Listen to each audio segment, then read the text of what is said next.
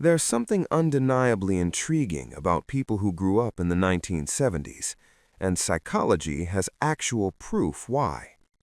If you were born in this era, your brain matured during a rare cultural window, a period where freedom was unlimited and responsibility was real. And here's the part that makes it fascinating.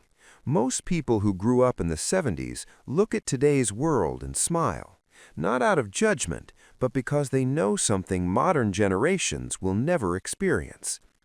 They lived through a time so free, so adventurous, so dangerously beautiful, that even decades later they say things like, "I wish I could freeze that time forever," or "We didn't realize how perfect it was," or the unforgettable, "We grew up drinking hose water, and it was amazing."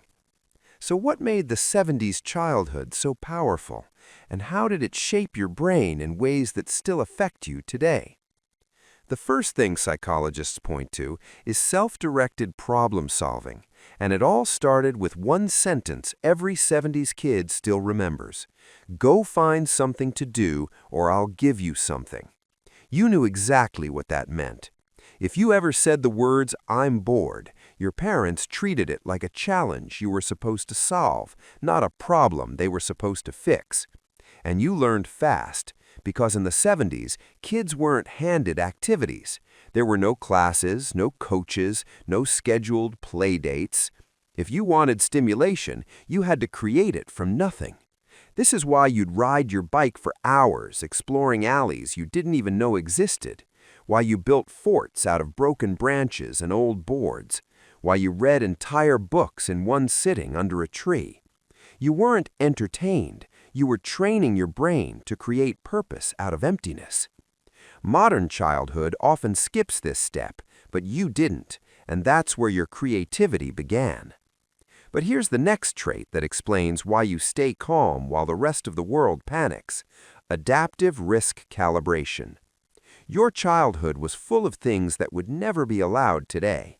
You climbed trees so high that looking down gave you vertigo. You rode bikes without helmets.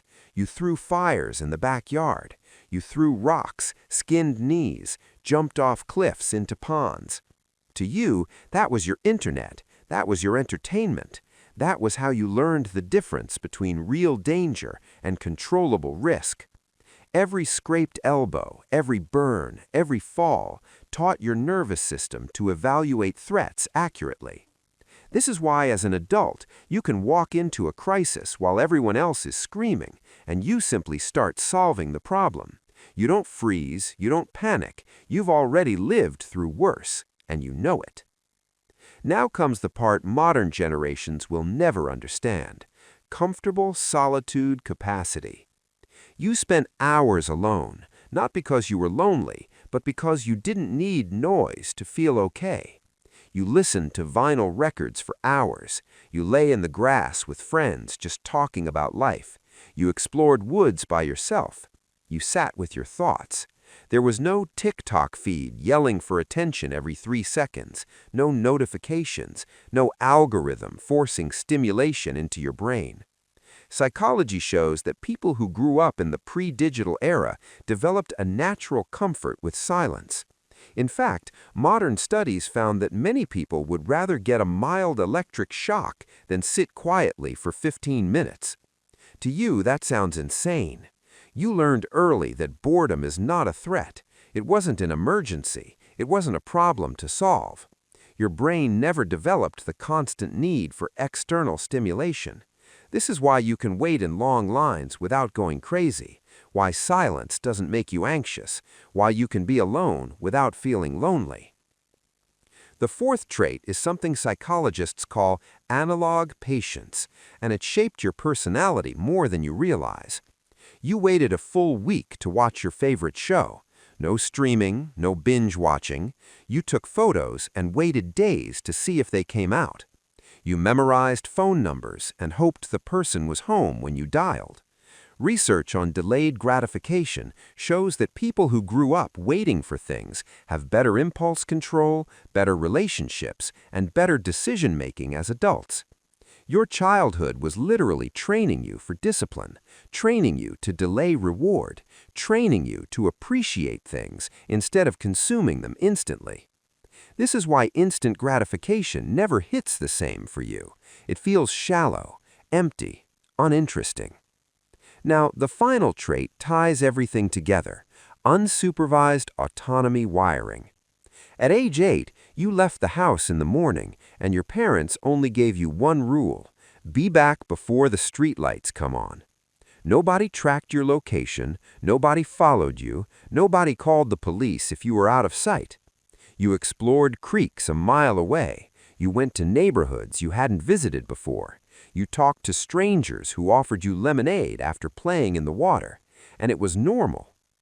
Children who grew up with unsupervised independence developed stronger internal motivation, better decision-making, and sharper critical thinking.